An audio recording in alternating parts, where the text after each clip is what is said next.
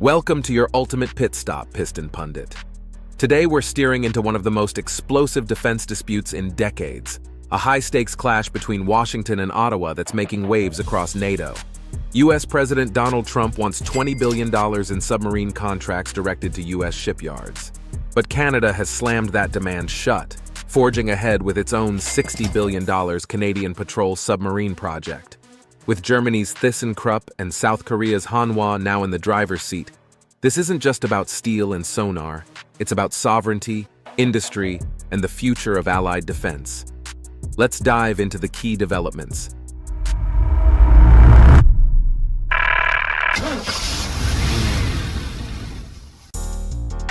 Canada's bold dive. Why now?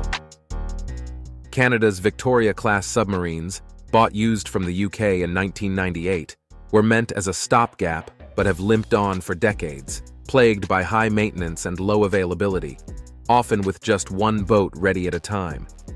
Now the Arctic is changing fast, melting sea ice is opening new routes, Russia is stepping up under ice patrols, and China is flexing blue water ambitions.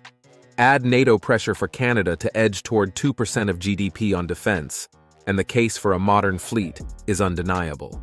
The Canadian Patrol Submarine Project aims to deliver new patrol subs by the mid-2030s before the Victorias retire. These boats must endure Arctic operations, stay stealthy, and extend range, while also fueling Canadian industry from Halifax to Vancouver. By excluding U.S. builders and demanding domestic participation, Ottawa is hedging against tariffs and politics. The gamble? Trade reliance for resilience, accepting short-term political pushback to secure submarines tailored for Canadian waters and priorities. And this is where Trump entered the picture, determined to make Canada's procurement story an America First opportunity. Trump's $20 billion push for U.S. shipyards. Donald Trump's message was blunt. If Canada is buying submarines, they should be built in America, on Canada's dime. He pitched it as a triple win: secure supply chains for U.S. defense, jobs for shipyard towns like Groton and Newport News, and a showcase for America First industrial policy. The headline figure, $20 billion, became symbolic of the lifeline U.S. plants expected in steel, hull work, and electronics. But Ottawa refused. Handing its largest naval contract overseas clashed with its priorities: sovereign sustainment, domestic industry, and protection from U.S. political cycles. Memories of tariffs on steel and aluminum reinforced the risks, cost spikes and delays mid-program. Trump's allies called Canada's stance a betrayal of American workers and NATO solidarity, warning it weakens the arsenal of democracy.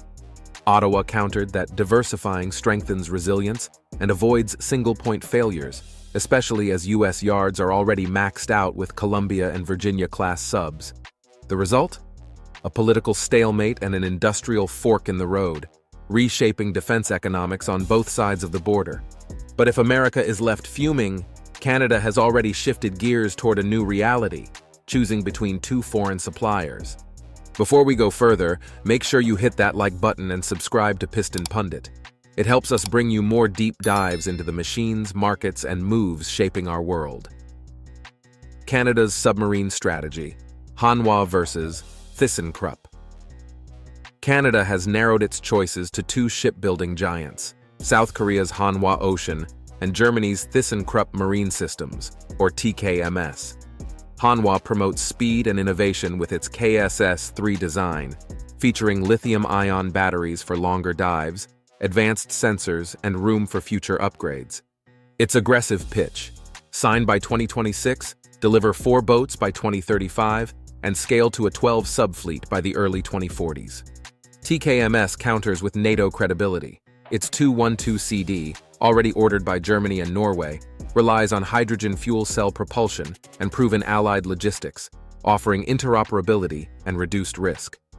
The timeline aligns with Canada's mid-2030s goal, though shared production requires careful scheduling. Ottawa is weighing more than glossy brochures.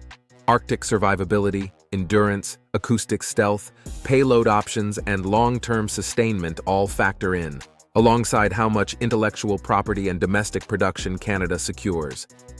Both bidders promise jobs and tech infusion. Ultimately, Canada must choose between Hanwha's fast, battery-forward approach and TKMS's alliance-tested model, aiming for a fleet built on Canadian priorities and timelines. But while Canada chooses its path, America is left to face the fallout, economically and politically. Fallout in America. Factories idle, clout in question. For America, Canada's rejection is a story of expectations dashed. U.S. shipyards, already stretched by Columbia-class and Virginia-class programs, saw Canadian orders as a cushion against trade cycles. Suppliers from steel mills in Pennsylvania to electronics firms eyeing sonar backlogs prepared for extra work. Instead, that demand vanished overnight. The impact is uneven. Major yards remain busy with Navy contracts, but smaller suppliers now face thinner pipelines and higher unit costs, affecting both naval and civilian aerospace lines.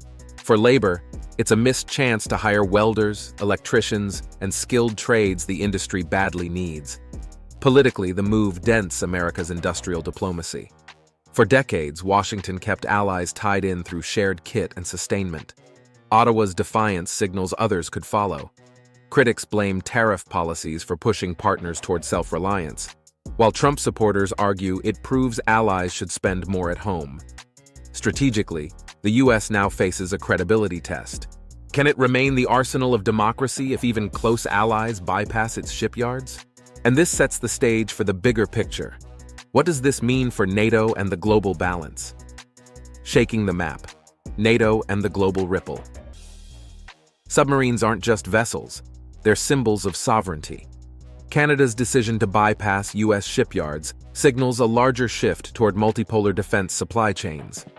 Mid-tier powers are building regional ecosystems to cut reliance on any single country. Europe is already moving this way with joint projects and industrial policies favoring local jobs.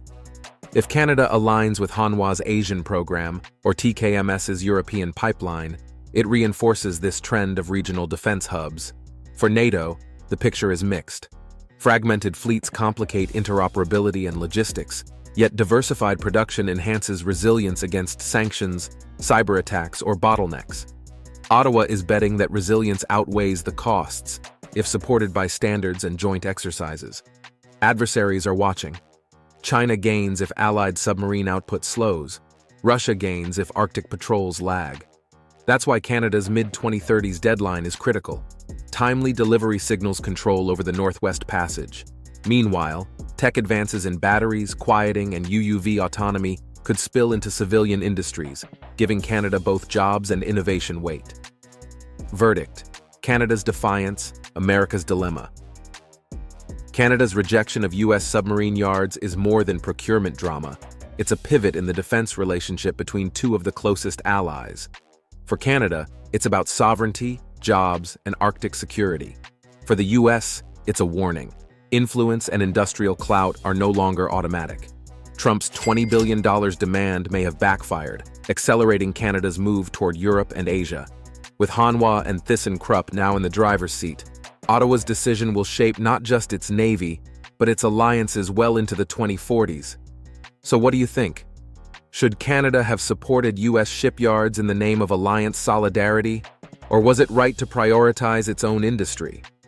Do you believe Trump's tariff-heavy playbook helped drive Canada away, or would Ottawa have made this move regardless? And looking ahead, will this spark a trend where more allies bypass U.S. defense suppliers? Please share your thoughts and experiences in the comments below. We love to hear from you. For the latest updates on the automotive world and more in-depth analysis, subscribe to Piston Pundit and hit the notification bell. Thanks for watching and see you next time. You can now check out any of the videos on the screen. There's plenty more to explore.